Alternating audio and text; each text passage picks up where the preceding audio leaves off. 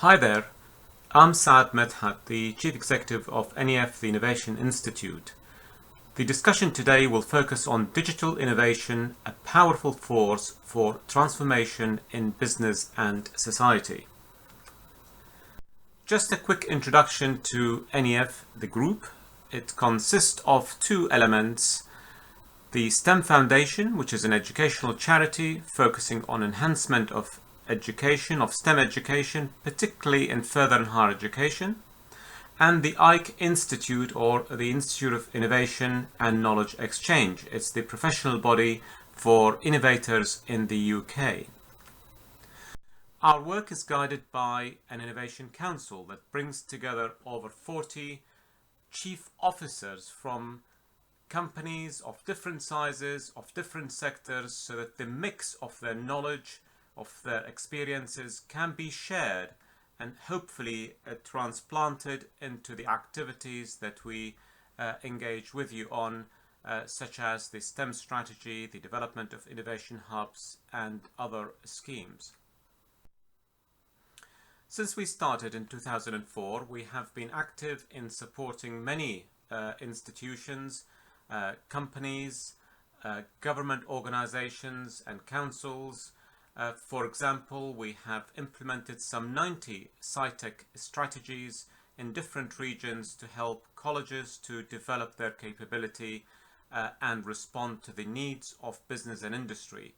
We help to benchmark and accredit many organizations. For example, Thales, the large multinational company that operates in different sectors, from transportation to defense to the area of healthcare, as well as the area of satellite and aeronautical engineering.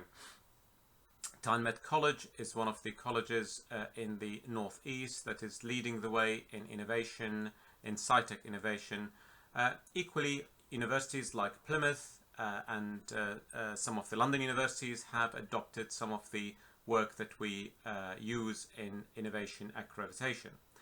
We also have a mandate to accredit and to assure all the nuclear site licensed companies in the UK, those that use a nuclear to generate power, or indeed those who are being defueled or being decommissioned. We have supported STEM education in particularly colleges of further education, and our impact has been quite prominent. Some 600,000 students have benefited from our interventions in FE. We also conduct research, and some of the papers that we have published have been transformational in their outlook and in terms of impacting also policies and shaping the thinking around what, for example, further education colleges should be in the future. So Inventing the Future, Transforming STEM Economies is one of the latest papers that outlined the development of a regional capability to respond to the needs of business and industry. Some of our work, for example, in cities like Glasgow has been quite extensive, in the sense that Glasgow wanted to have a singular STEM strategy that all the providers can contribute to, colleges, universities, policymakers, other beneficiaries. So we have created strategies for each of the, for example, three further education colleges, regional colleges: Glasgow Clyde College, Glasgow Kelvin College, and the City of Glasgow College, differentiating their STEM offer, but also working with other providers like Strathclyde University, the University of Glasgow, the Glasgow Caledonian University, as well as the University of the West of Scotland, to create an integrated pipeline with schools so that the students can pursue the STEM education from schools through FE to universities and to employment in a coherent and collaborative way. So we created the opportunity for co-creation and collaboration, whilst at the same time differentiating the capability of each individual institution. Some of the examples of these, what we call the STEM manifestos, that were the resultants of the STEM work that we have conducted in these institutions, have been published, and it's worth your while exploring some of these manifestos and to see how they transformed, some of these colleges transformed their regions. Okay, so that was quite a quick introduction to what we do. The focus now is very much on creating diversified routes to income generation in further education. The sort of questions that you might be asking include: how much is my private annual revenue should be from a non-public sector related activities, i.e. from not funded directly by the SFA or other public purses, and what percentage is the annual turnover of that sort of private income from the overall college budget, and what is the growth rate, whether it's positive or negative, over the past 3 years, and what can we offer in terms of portfolio of activities that will create regular income, sustainable and recurrent income to the institution. And do we have the capability? And can we build capacity? The question that we always, or the acid test that we always use at NEF is whether the offer is scalable, up or down, whether it's sustainable in its format, or could it be introduced in different ways, and whether it's suitable locally, regionally, nationally and internationally. So these are the sort of the three fundamental tests that we tend to ask when we think about any new proposition that we would like to take forward in the marketplace. Innovation is absolutely the answer to some of these questions that I've highlighted in the earlier slide. The vision here is to create an outstanding reputation for innovation and enterprise in your respective institutions that is underpinned by action research and inspirational teaching and learning. That will drive sustainable growth, that will create economic value and social benefit, and that is the essence of innovation. So again, the question here is, how much should I grow by? So what's the innovation gap, if you like, between what we have currently in terms of budget, and what's the proportion of the private income that should supplement the turnover of the college and grow its revenue over the next 3 to 5 years? This sort of a question often is asked, but many organizations find it very difficult to answer. And the reason why they find it difficult to answer is because there are a number of drivers that influence the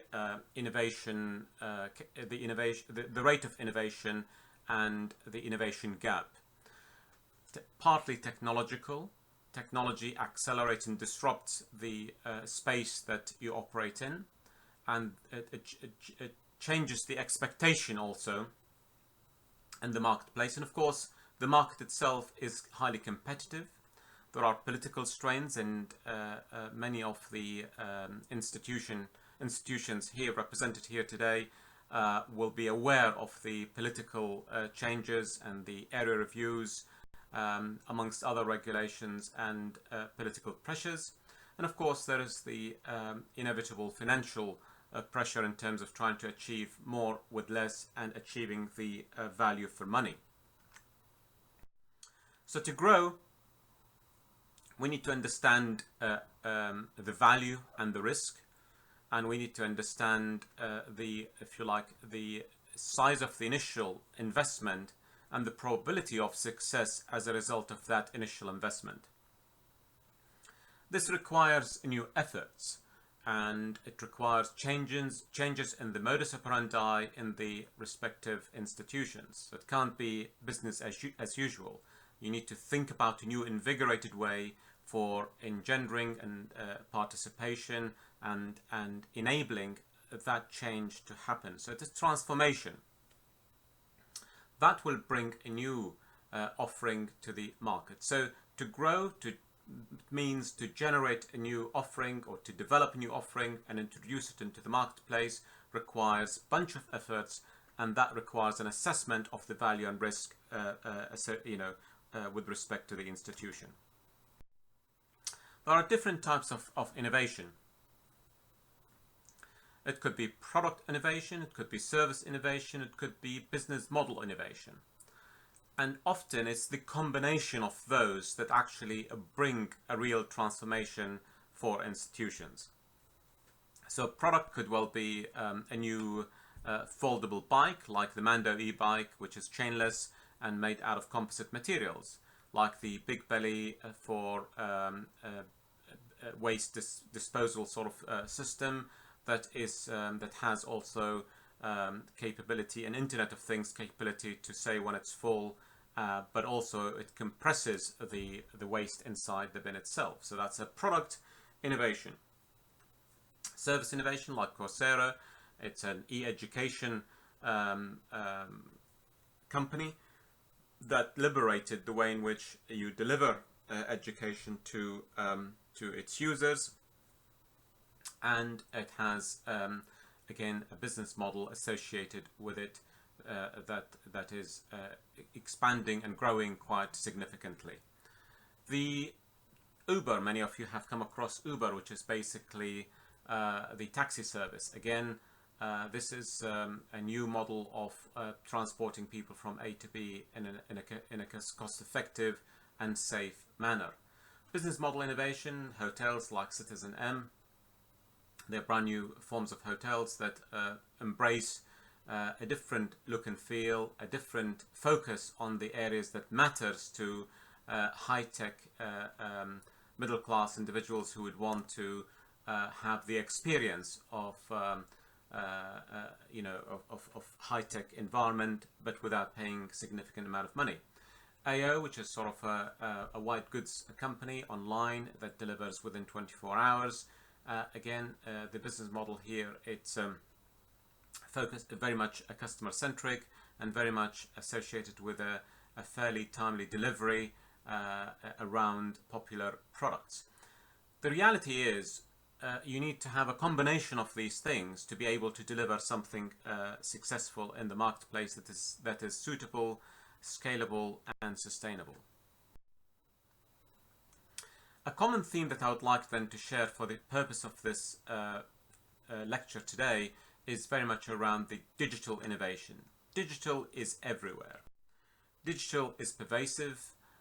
Digital appears in almost every sector and is shaping the way in which interaction is happening in every sector, cross sectors, and between individuals as well as if you like, providers of the services. So it shapes capabilities, it creates expectations, and it drives unpredictability. The bottom line is the traditional rules do not apply. Speed, connectivity, and openness are the determinant here in terms of the new business model where digital plays a fundamental role. Areas of the developments of Internet of Things, the applications of big data and cloud technologies, and the need for having things at real time is shaping the way in which we, companies and businesses do business and do engage with their clients. Let me put this into context. The average UK adult now spends more time consuming digital media than actually sleeping. So sleeping is consuming digital data, it's 8 hours and 41 minutes versus 8 hours and 21 minutes sleep. The use of social media by UK adult internet users has risen to 72% in last year. The UK ICT sector is worth now 58 billion, and it's the most productive sector in the economy. The EC Digital Single Market Strategy 2015 aims to lift the barriers, which means there will be additional drivers for growth and opening up, if you like, the boundaries between countries to interoperate along the digital domain. The UN includes ICT accessibility and its Convention of the Rights of Persons with Disabilities. All these things present, headline focus for institutions like yours to think about what you could do to be able to leverage these changes. So let's look at the actual trends. So if you look at the overall trends in the digital domain, there is a significant increase in the usage of digital. The 16 to 24 age group, overall it's increasing, but of course, again, you will see peaks and troughs around, particularly you see peaks around the introduction of new technology or a new application. So for example, if there is a new iPhone being introduced, or there is a new application, the new format of Twitter, you can see a surge in the application and the use of internet. The 65 plus age group, equally, they have increased their participation in the use of internet. And those who are really affected or disaffected in terms of members of society at social groups D and E, again, here we're seeing an increase in their use of the internet, which is really most useful and most important for those who are disengaged to be more engaged in society, to be more engaged in economic activity. Again, the disabled individuals, members of our society, have increased their usage. That's because of the independent living, the applications of the Internet of Things, which is driving effectively personalized care and integrated care for individuals to enable individuals to maintain, if you like, their needs or address their needs, or perhaps their families and loved ones could support them in that need as well. So the application of digital is increasing quite significantly. And of course, that's driven by the cost of the cost and the density, the cost, if you like, of producing the silicon chips themselves that have high processing power, as well as the density, how much you can pack into a single chip, into a single device, if you like. So Siemens have now, for example, you see at the top right-hand side of this chart, you see two representations of flexi boards by Siemens and Philips, and these could be mounted on a human being, could be mounted to anything really that will transmit information to a computer that will then enable action to happen. So we will see that evolving even more with the introduction of quantum computing, and where complex problems can then be also solved by robots or by computers.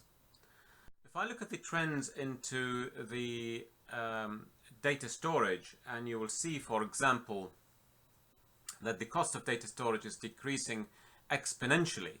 In fact, the quantity of data stored worldwide has doubled roughly every 2 years since 2005.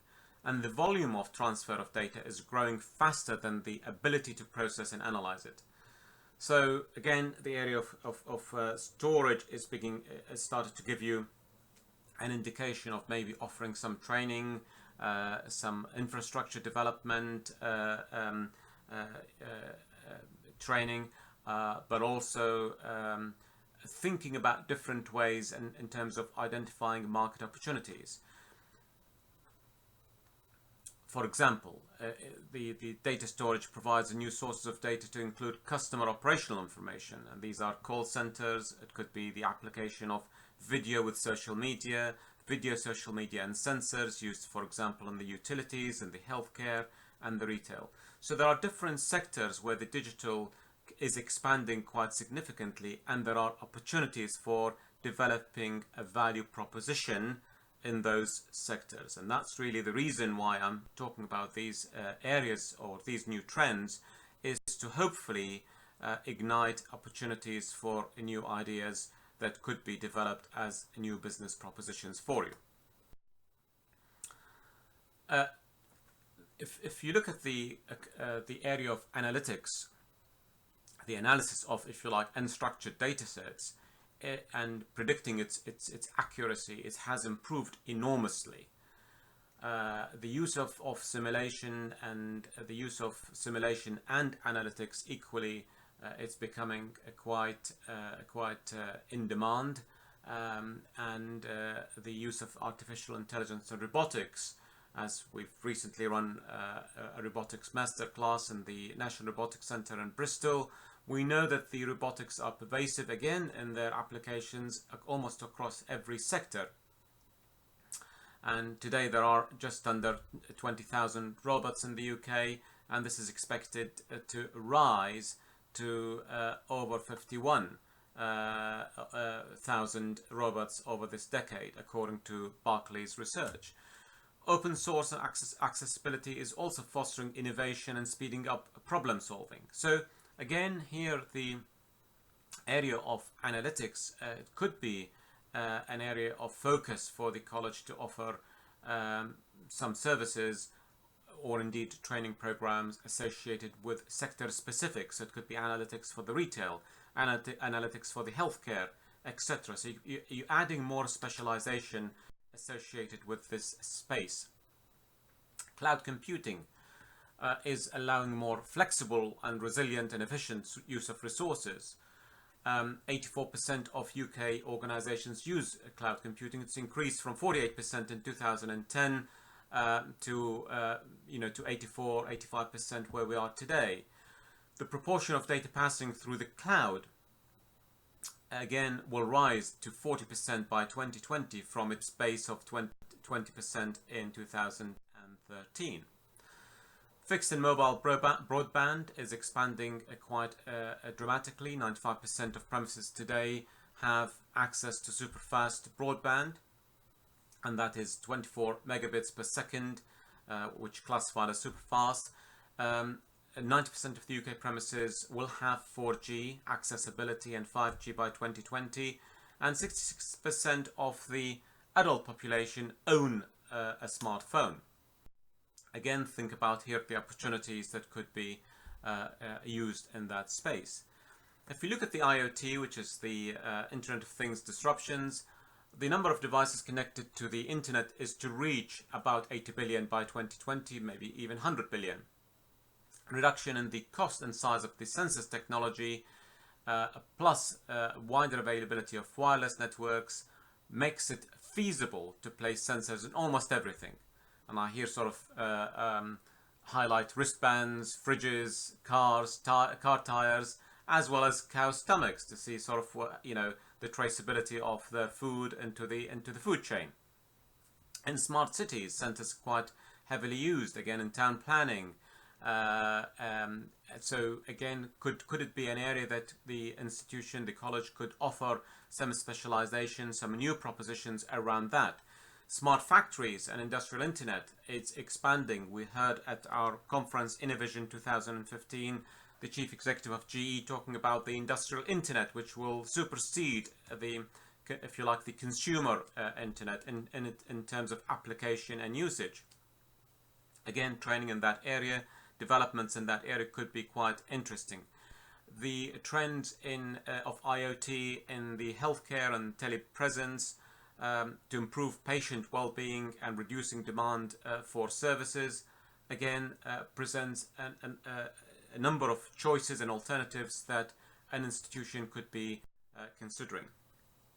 So digital innovation trends in other sectors like construction, some of you would be aware of the BIM, the BIM, the Building Information Modeling, which is a mandated requirement now for every building.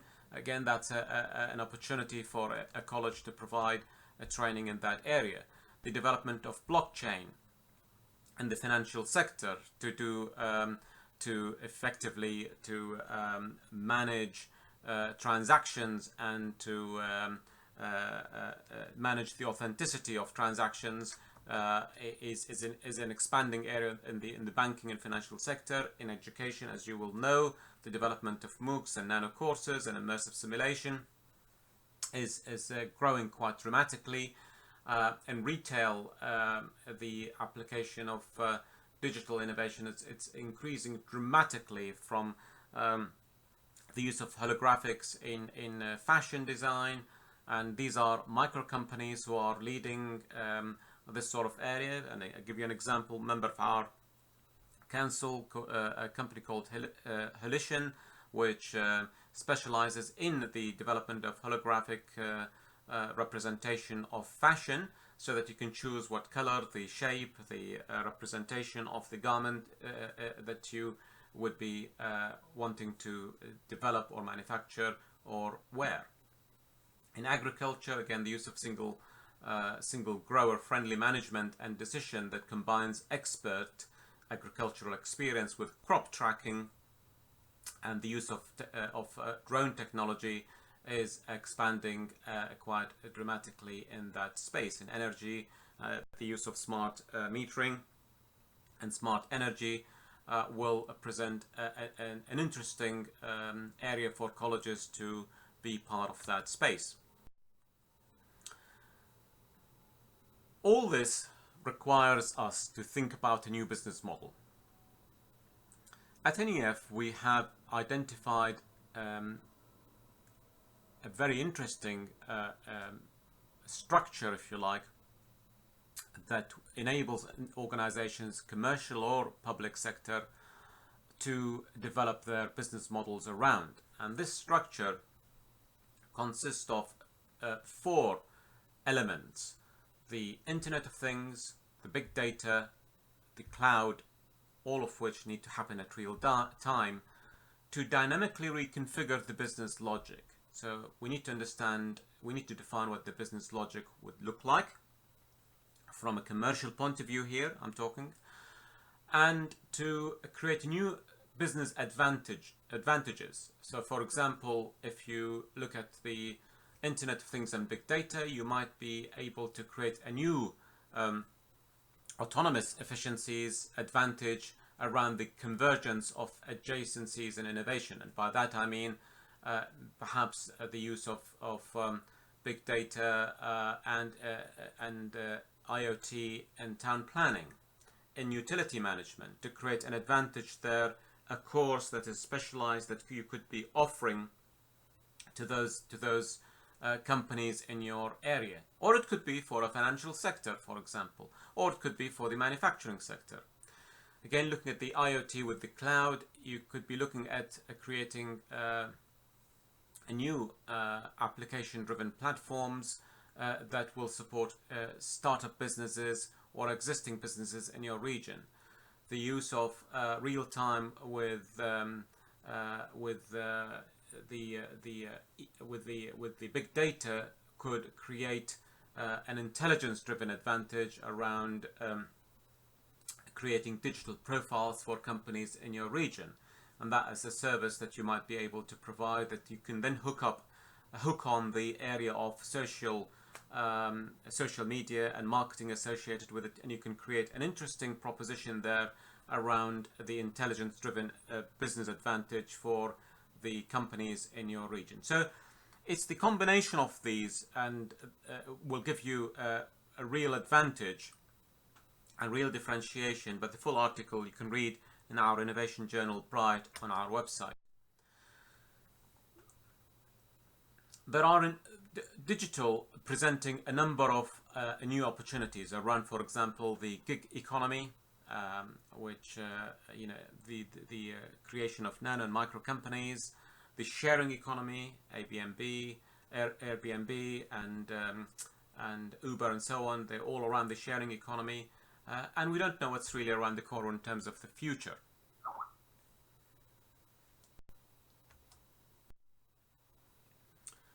If we look at the socio-economic challenge and opportunities, obviously cybersecurity is a great pressure there. So if you are to produce something around enhancing the cybersecurity education, for example, and improving the privacy of individuals using the technology, the internet technology. That might be quite an interesting area of focus.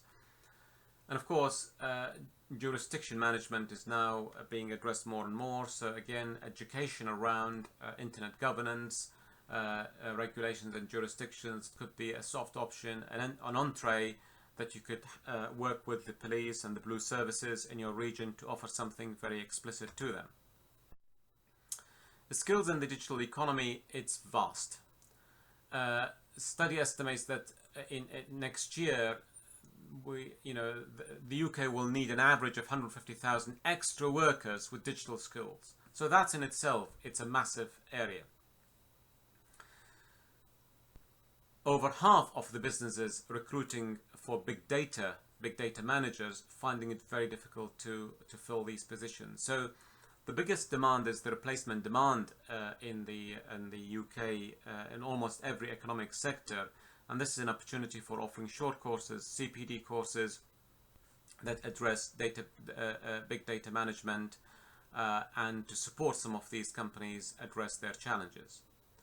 But equally, there are from a social responsibility point of view and civic duty, there will be some over 6 million people without the digital skills that will need our support, as well as you as a civic leader in your regions. You should be looking at addressing some of those things in the form of social enterprise.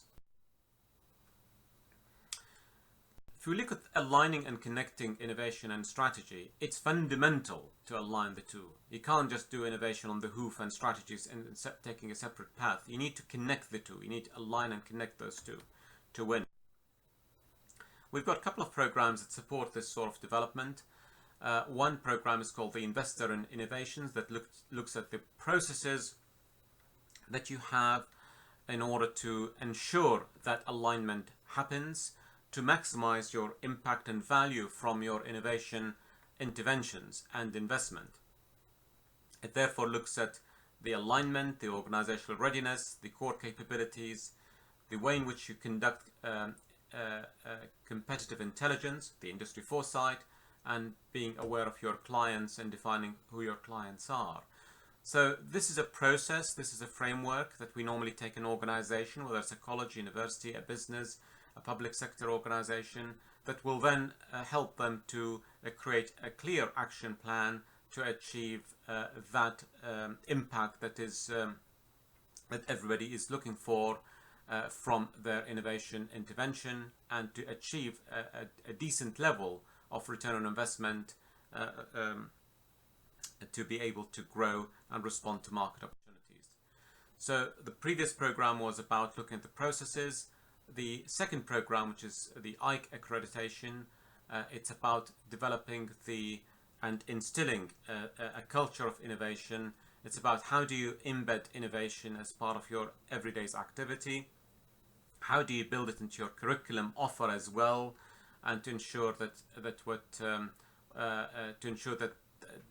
sustainable, if you like, innovative thinking is maintained, and that entrepreneurship is pervasive across your organization. So that's another program. Many companies like Thales, EDF Energy, MBDA, Plymouth University, South Bank University, London, have gone through this the IKE Accreditation program. And it's something that I would recommend again for colleges to consider. So here we are, some recommendations from educational institutions. They are all on the website. You can look at those as well at your leisure. But if you want to build a new business model and come up with real proposition, then we've got a couple of things for you here. The innovation course for practitioners on the 25th to 26th of February. Highly recommended. You can see some of the feedback from Skanska and Vita and Costain, amongst other colleges who attended as well. Highly recommended, very practical. You end up with something real and relevant by the end of the second day. Equally, if you think about developing perhaps an innovation hub as a platform that for engagement with companies in the future, then we're also running a workshop on the 17th to 18th of March to help you develop innovation hubs. So again, Tyne Met College, Highbury College, Plymouth University, as well as other institutions, have used the Innovation Hub as a platform to engage with their clients and customers. I have devised a platform here to help you with creating value, if you like, from innovation and enterprise. And this is normally a process I take people through in terms of creating essentially the blueprint for creating something effective for your organization. It consists of 14 blocks that would lead to creating value and impact for your organization, and starts with the strategy, but looking at things like the core capabilities, looking at the technology enablement, looking at horizon scanning, the way in which you're going to partner and offer support and engage in business development activities that are worthwhile and sustainable, and the way in which you're going to create an effective network that you can then leverage to generate income, and how to tackle the promotional and communication side and design productized services that fit for purpose. So this is a platform that I normally take people through to actually create something which is effective and fit for purpose for their own needs. I talked about connecting strategy with innovation quite a bit, and these are some examples of where we deploy them in different organizations. But the essence here is the diagram on the right hand side, that it's about connecting the employers with learners and using that opportunity, leveraging that opportunity to create innovation capability, and that will generate revenue for your organizations. So again, that's the sort of thing I normally take people through, and creating something unique for each individual organization, focusing on their capability, current and future, to be able to grow their income generation levels. Well, I hope you enjoyed this session, and I would be happy to welcome you to any of our courses and workshops, and indeed to respond to any questions that you may have. Thank you very much.